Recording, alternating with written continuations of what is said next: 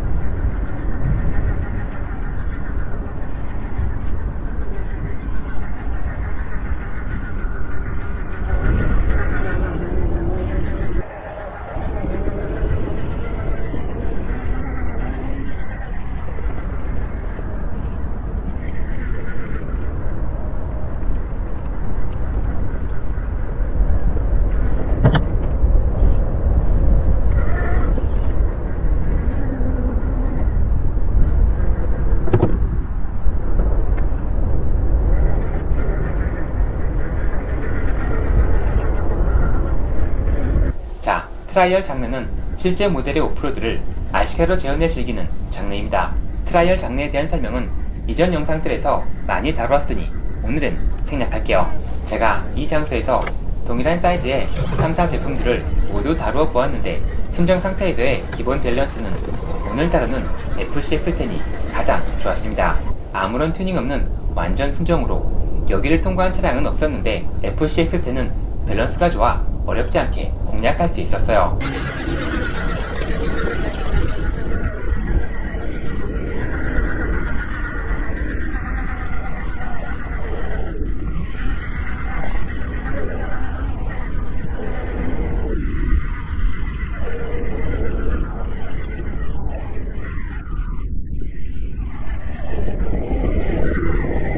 하지만 이걸 매우 큰 장점이라고 보기는 어렵습니다. 타사의 제품들도 아주 기본적인 튜닝만으로도 이 정도의 등판력은 얼마든지 갖출 수 있기 때문이죠. 자, 트라이얼 RC카는 다른 거 없습니다.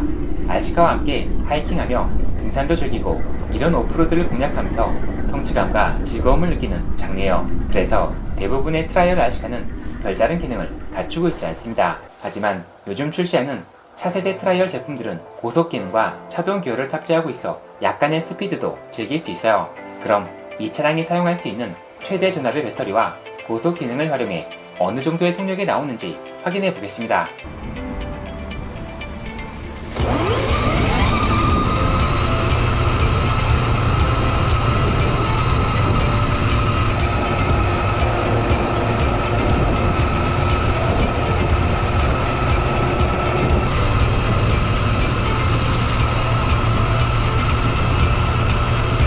자, 이 속력은 트라이얼 장르에선 제법 빠른 속력이라고 할 수 있어요.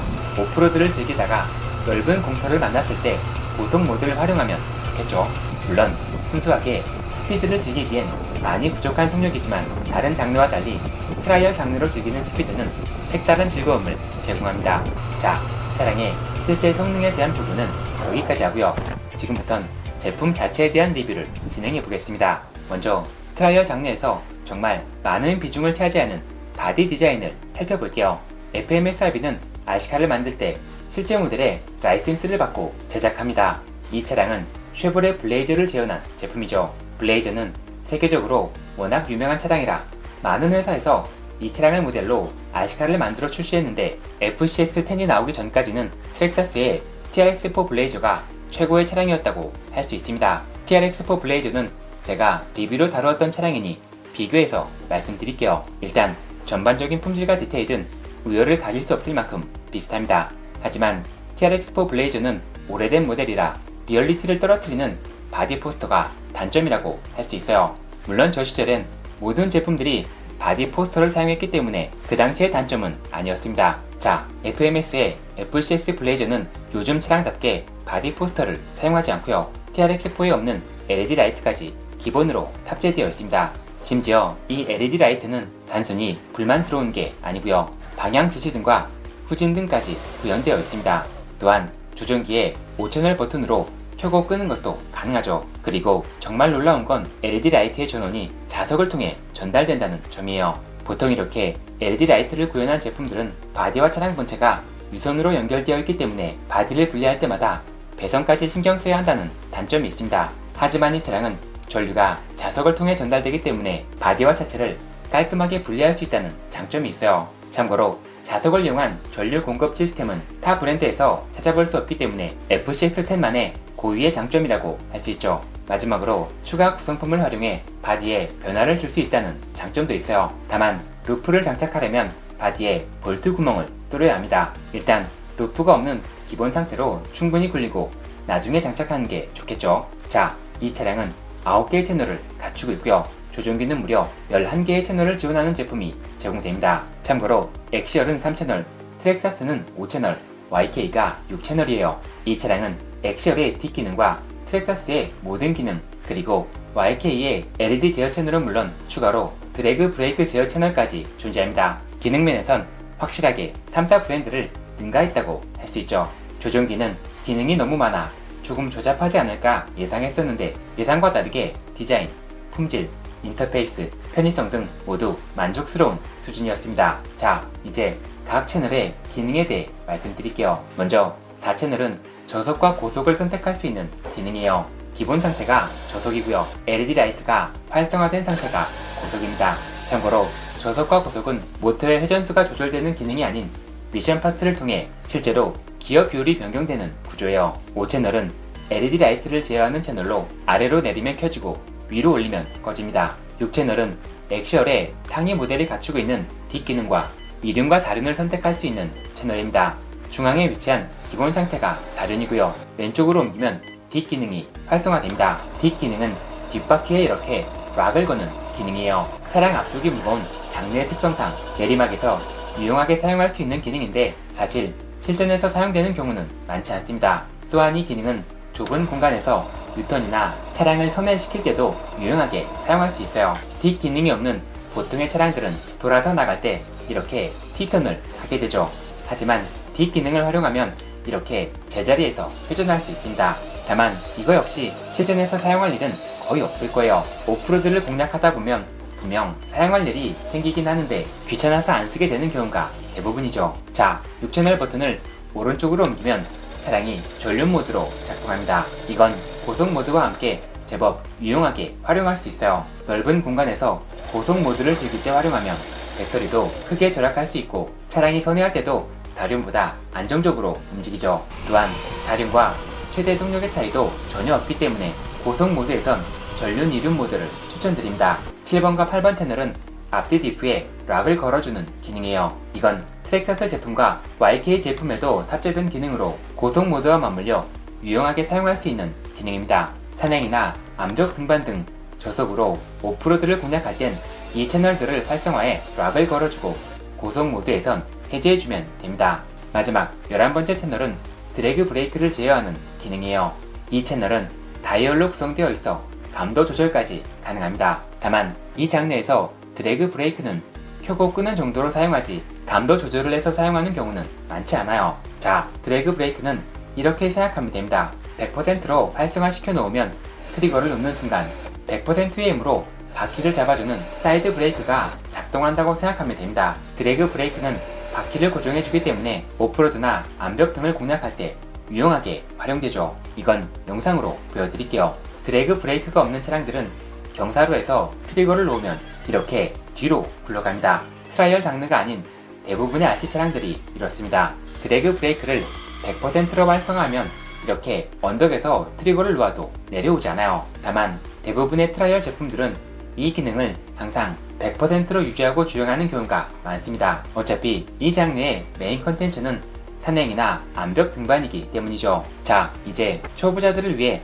주행 환경에 따른 세팅 방법을 말씀드릴게요. 저속에선 사실 어떻게 세팅해도 문제될 게 없지만 고속 주행은 신경을 좀 쓰셔야 합니다. 고속에선 드래그 브레이크를 완전히 끄거나 20% 미만으로 설정하는 게 좋고요. 디프락은 앞뒤 모두 비활성화 상태로 설정해야 합니다. 다른 건 몰라도 이 두 가지는 꼭 기억하고 있어야 고속 모드에서 안정적으로 즐길 수 있어요. 이제 바디를 열고 차량 내부도 확인해 보겠습니다. 바디는 클립 방식으로 고정되어 있으니 이렇게 안쪽으로 손을 넣어 당겨준 다음 밀어주면 됩니다.